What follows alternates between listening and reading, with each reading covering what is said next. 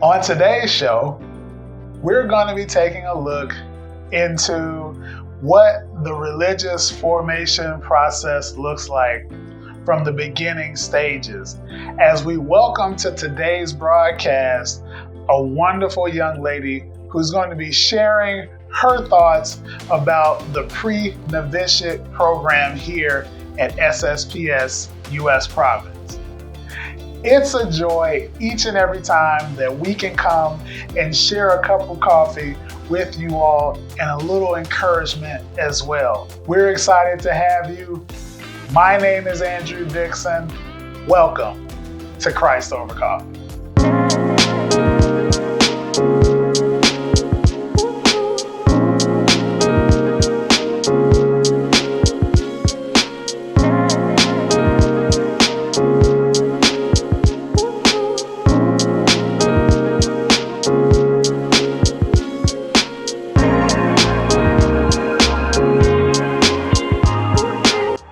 Sister Rosalia, good morning to you. Please introduce further today's guest. Good morning to you, Andrew, and to all my friends who are joining us today.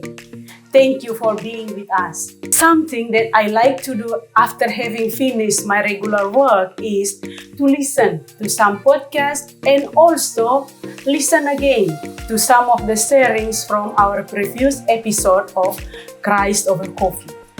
I am always amazed by the stories of our sisters who have been on their mission fields for many years, having left behind familiar things and joyfully serving God's people, living among them, and being part of their life's journey. I believe that you also have heard many inspiring stories about missionary life, the joys and challenges of this special journey. We might be puzzled sometimes about their way of life.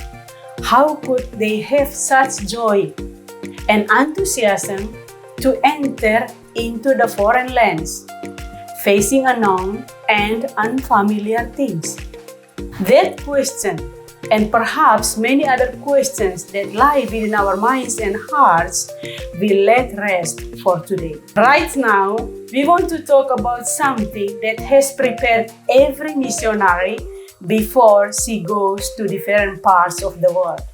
We name this period of preparation a religious formation. There are stages of formation for all missionaries, getting them ready for missionary services. For our congregation, this initial formation begins with a pre-novitiate year, a time that prepares the candidates entering into their discernment process of religious life by living in the formation house with the sisters that accompany her during her time of discerning and reflecting.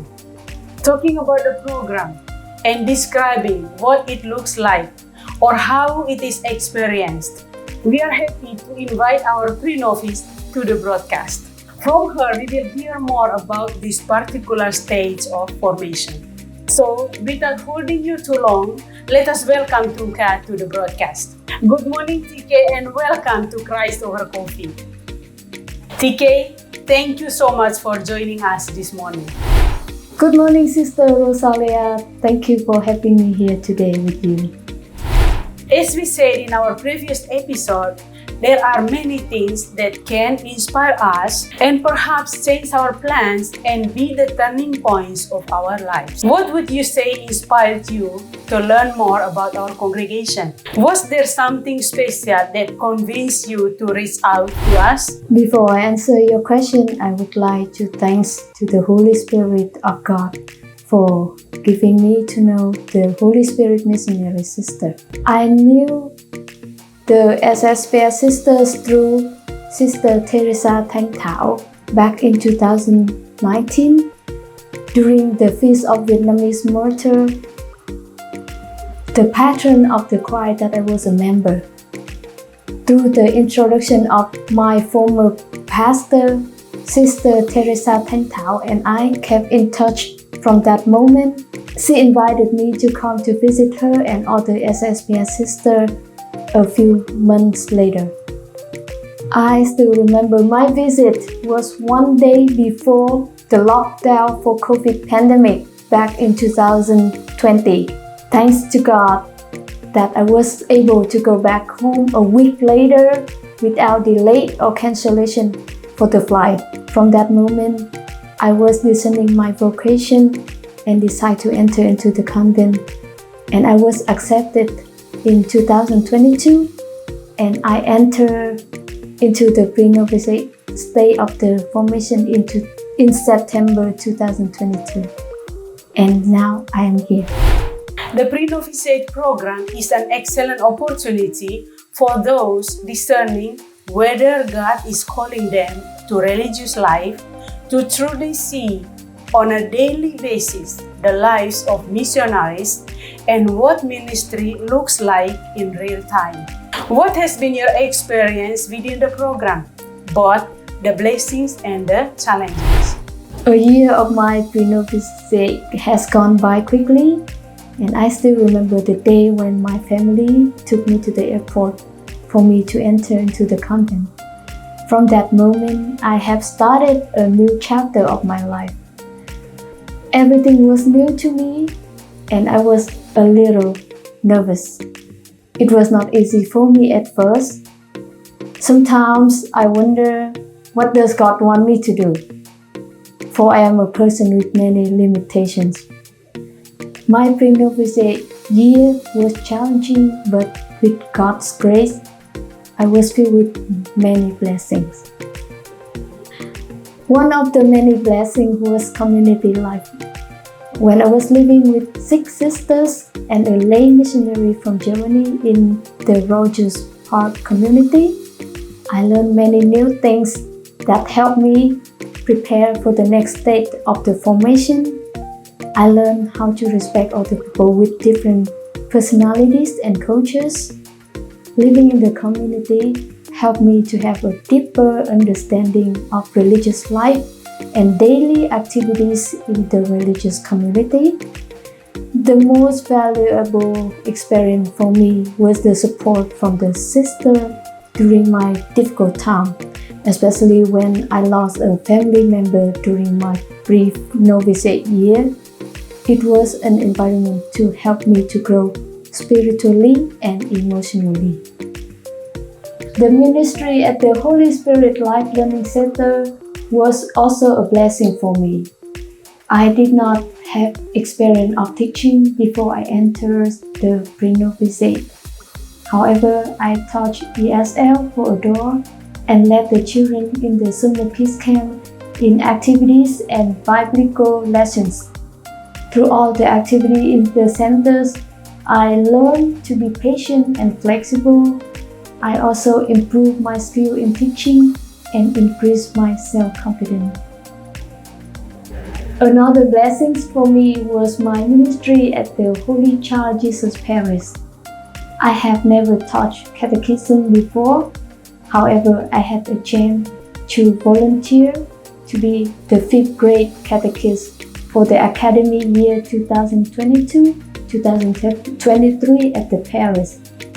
I also joined one of the Vietnamese choir. I like to sing in the choir because gospel songs help me to lift my heart closer to God and probably other people's hearts as well. Moreover, I received many support from the parishioners who were sent to me as a blessing from God. I thank God that many sisters and lay people accompany me on this journey of religious life. They were and are continuing to walk with me. It was a blessing for me to have many supports and prayers from people I've met. May God bless each and all of them. We interact with many of our friends through social media who watch the broadcast and ask of many questions. Some of these people, particularly young women, may feel called but are hesitant for a number of reasons. Based on your own experience so far, what would you say to them that may encourage them to call us today? During our discernment, we may over-worry, which can prevent us from making decisions for the next steps. There is a quote that expresses a positive motivation. A journey of 1,000 miles starts with a single step. We don't know how far we can go or how good we can do. We need to try first, and God will be with us and will guide us. We just need to trust in God's providence. May God bless you and be with you always.